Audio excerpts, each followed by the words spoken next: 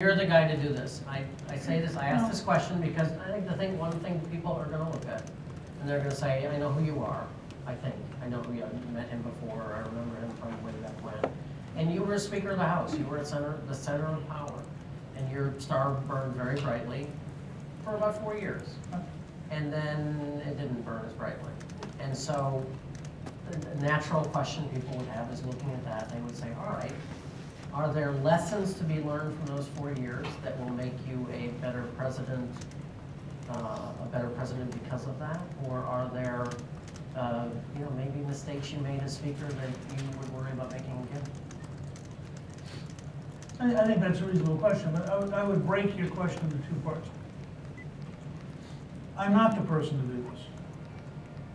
I tell every audience I go and talk to, I'm not going to ask you to be for me. Because if you're for me, you're going to vote, go home and say, I sure hope you can fix it. I can't. No single person, even the President of the United States, can get this country back on the right track. We're too big a mess. We have too many problems. We have too many institutions that are broken. What I ask people to do is to agree to be with me, to agree to stand next to close to me for the next 8 years. And side by side, to remind the Congress, to remind the governor, the state legislature, city council, county commission, township, school board, but also to form a network in social media so when we start making mistakes, which we will, it's impossible to have change on this scale without making mistakes. We need feedback. This isn't quite working, the world has changed, here's a better idea. 537 smart people in Washington aren't that smart. It's a fact. It's one of the great problems of our current system.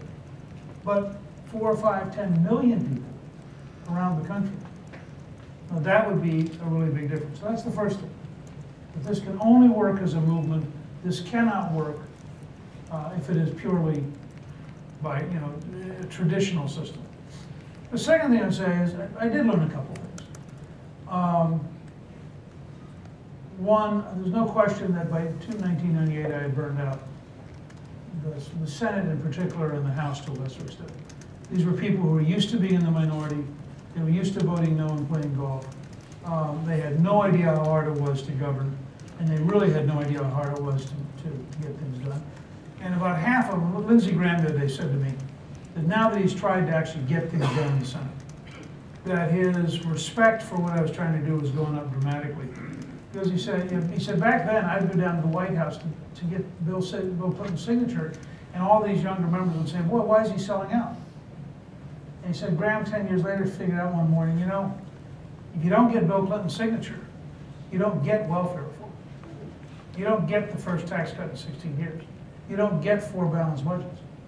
So inevitably, on the one hand, I was driving the soft members too hard, and I was negotiating too much with Clinton for the hard members. And yet, if you're going to get this done, it's really hard work. I mean, these things, you take welfare reform sometime. We brought in Governor Allen, Governor Engler, Governor Thompson, and Governor Leavitt.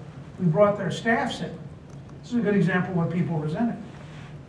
It's the only time I know of where the federal staff was forced to sit in a room with the state staffs, and they had to write the legislation so the state staffs would certify that it would work.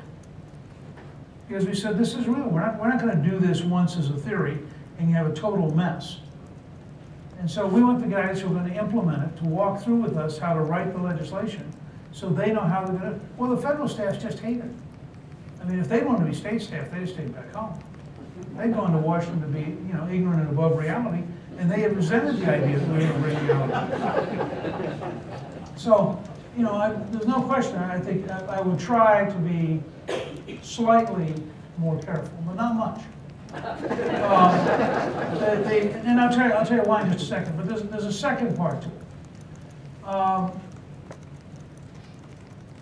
The biggest thing, and we added this as item 3 in our contract with America, the new 21st century version. That's at Newt.org. We have an entire section on the training program. We did not have enough people who had any idea how we work. I mean, out of the 230 some members and the 6,000 or 8,000 staff, you may have had 100 staff and 12 members who had a clue how we won. The rest were glad we won, but they hadn't been through any real changes. The person who came closest to understanding this, by the way, is Chuck Schumer, the senator, Democratic senator from New York, who wrote a book in 2010. And he said the contract with America was a management document. It wasn't a political document.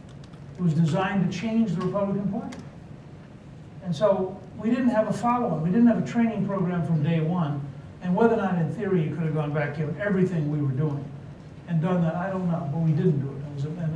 It left us permanently understaffed and permanently with members who didn't know what they were doing. And that created a huge amount of friction. So that was a piece of what was going on. But I want to tell you, I'll give you an example of how we operated, and you'll understand why people gradually got worn out. We had in the contract that we would vote for the balanced budget amendment. And we did. We voted on every item in the first 93 days. We passed the balanced budget amendment in the House, 293 votes. Goes to the Senate. It comes within one vote.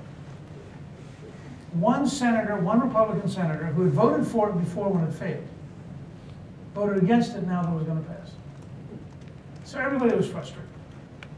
And we had a dinner one night in Capitol, just of House Republican leaders and their senior staffs. And I raised the question, what if we pretend that it passed? You have 293 people who voted for a balanced budget in the House. You have 66 that voted for a balanced budget in the Senate. So what if we pretend it passed? And what if we just balance the budget? Bill Archer gets tears in his eyes, former chairman of Ways and Means, talking about this, because he walked out about a 3-hour dinner. He walked out after dinner, turned to his chief of staff at Ways and Means, and said, I came here in 1972 to do this. Or 1970 to do this. And we're going to do it. He was just blown away. Now, I called in, I asked the roundtable to bring in 12 to 15 CEOs every Wednesday night.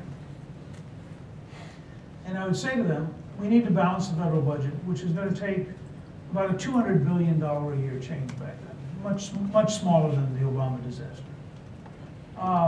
But $200 billion a year if you're a corporate CEO is a huge, I mean, it was the size of General Motors.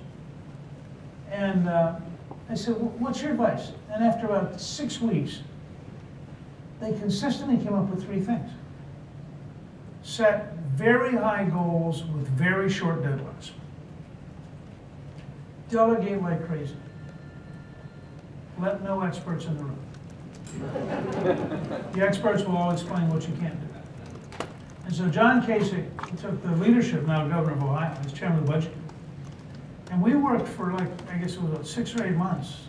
And we produced, we thought it would take 7 years. Clinton thought it was impossible. We gradually won the public relations fight. They agreed to 7 years. It actually turned out historically to take 3 years. In 3 years' time, we turned around and we had a balanced budget.